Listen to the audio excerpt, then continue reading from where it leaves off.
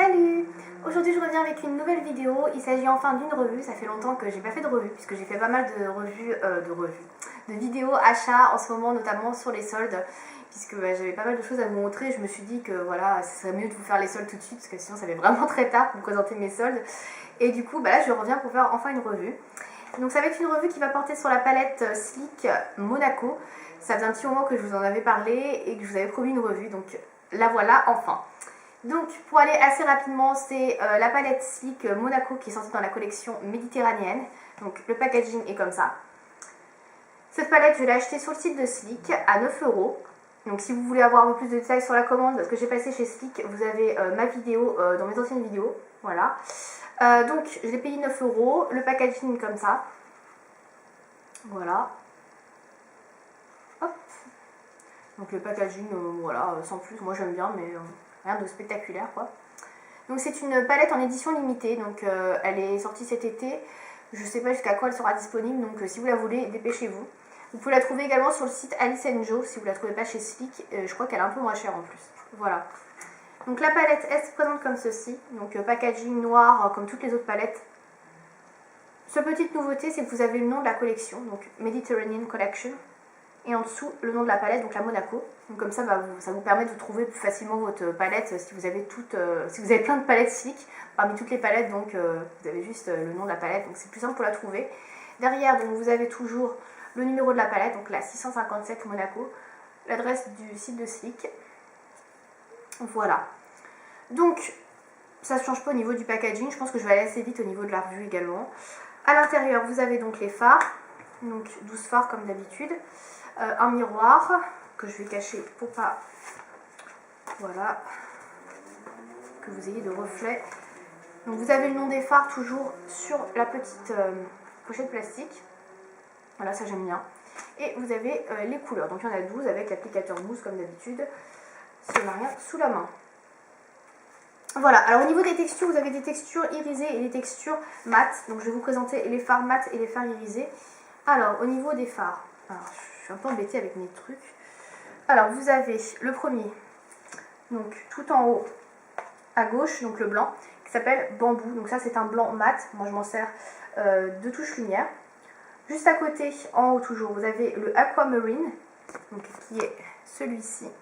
Je ne sais plus s'il est irisé, non il est mat, donc il est comme ceci, il est très beau, c'est un verre d'eau mat. Donc celui-là je l'ai beaucoup utilisé pour les maquillages, parce que c'est vrai que c'était une couleur qui me faisait vraiment envie dans la palette. Ensuite vous avez le Midnight Garden, donc qui est un bleu nuit, qui est mat également. Ensuite vous avez le Sunset, qui est un cuivré irisé, qui est très beau également. Ensuite vous avez un orange qui est irisé, ouais légèrement irisé, qui est comme ceci, qui s'appelle Washed Ashore.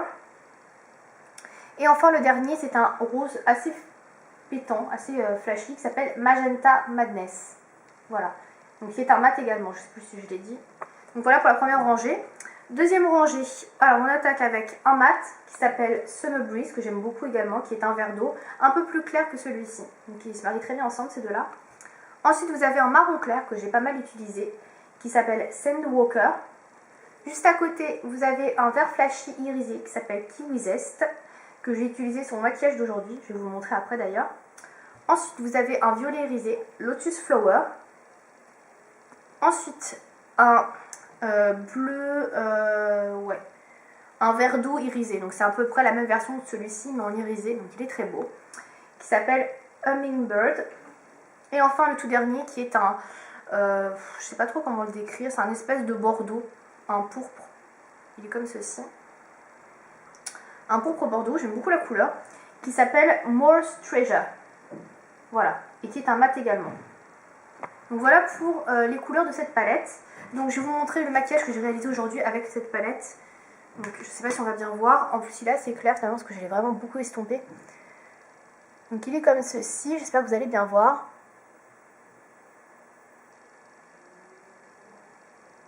Donc j'ai utilisé sur la paupière mobile en coin externe le fard violet irisé, donc qui s'appelle Lotus Flower.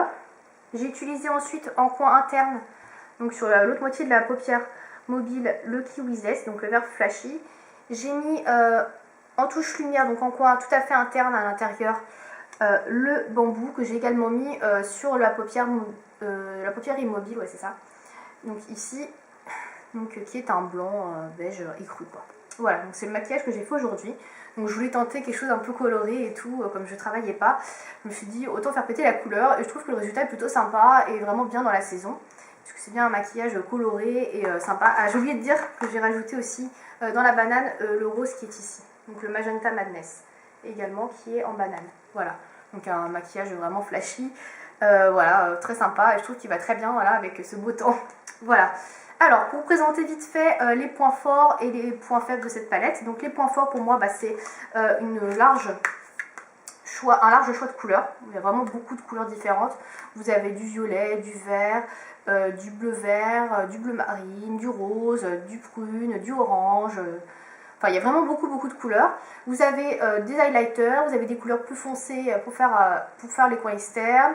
Vous avez des couleurs surtout très flash, donc pour la saison, qui sont magnifiques pour l'été. Donc vraiment une palette adaptée à la saison. Moi je l'adore, personnellement je l'adore.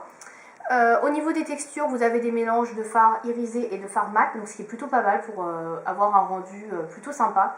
Donc tous les fards sont très pigmentés, il n'y a aucun souci de ce coin-là, donc ils sont vraiment très beaux.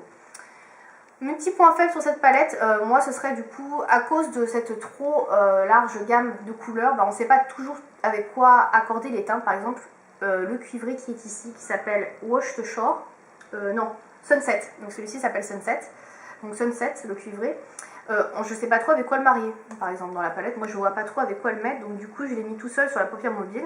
Bon, il fait super joli hein, mais franchement je ne vois pas avec quoi le marier. Donc ça c'est un petit peu le point faible de cette palette, puisqu'on ne sait pas toujours avec quoi marier les couleurs. Après c'est vrai que toutes les couleurs un peu bleues comme ça on arrive à les marier facilement ensemble. Mais voilà, le bleu marine pareil, je ne sais pas trop avec quoi le mettre. Donc je trouve qu'il ne s'accorde pas vraiment avec ces couleurs là. Donc c'est un petit peu le point négatif, c'est vrai qu'il y a des couleurs qui sont très tranchantes et qu'on ne sait pas trop avec quoi marier. Voilà. Donc c'est un petit peu mon point négatif sur la palette, sinon au niveau de la pigmentation... elle n'est pas très poudreuse, ça va, les fards se travaillent bien, les mats un petit peu moins bien toujours, mais bon, moi je l'aime bien, je l'aime beaucoup. Voilà.